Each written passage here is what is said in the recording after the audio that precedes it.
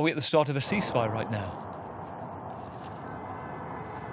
Well, this will be cautiously observed here by Ukrainians. You were mentioning this drone attack just a few hours ago as Vladimir Putin was declaring an Easter truce. Well, in fact, kamikaze drones were flying over Kyiv region and over Kyiv city. In fact, you could hear and see a reconnaissance drone in a district not far from where I am standing right now. And President Zelensky was actually stating that Ukrainian air defense was at work just as Vladimir Putin was announcing this truce. So there will very much be a cautious attitude here on the Ukrainian side as to whether or not this truce will be respected. We've talked about it a little bit earlier. There had been announcements of a possible truce in the previous years, and it hadn't been respected by the Russian side. And also on March 11th, let's remember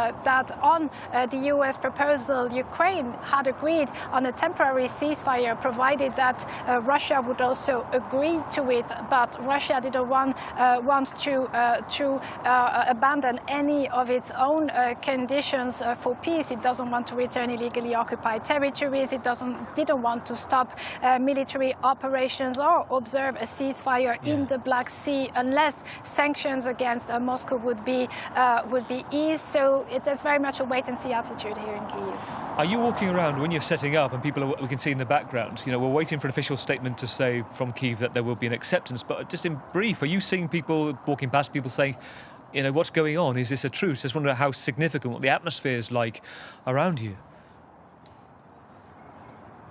I mean, it's been 3 years of full-scale invasion, over 11 years of this Russian war of aggression against Ukraine. I've been talking to people, such as the people you see around me, and there's not much faith being given to the words of the Russian president. It's very much about what will happen next. The Ukrainian military has warned that the Russian spring offensive has already started. We will see in the coming hours and in the next 2 days whether or not those operations are also halted on the front line. And here also in the capital, as elsewhere in the country, we will see if there are erred attacks again overnight or not.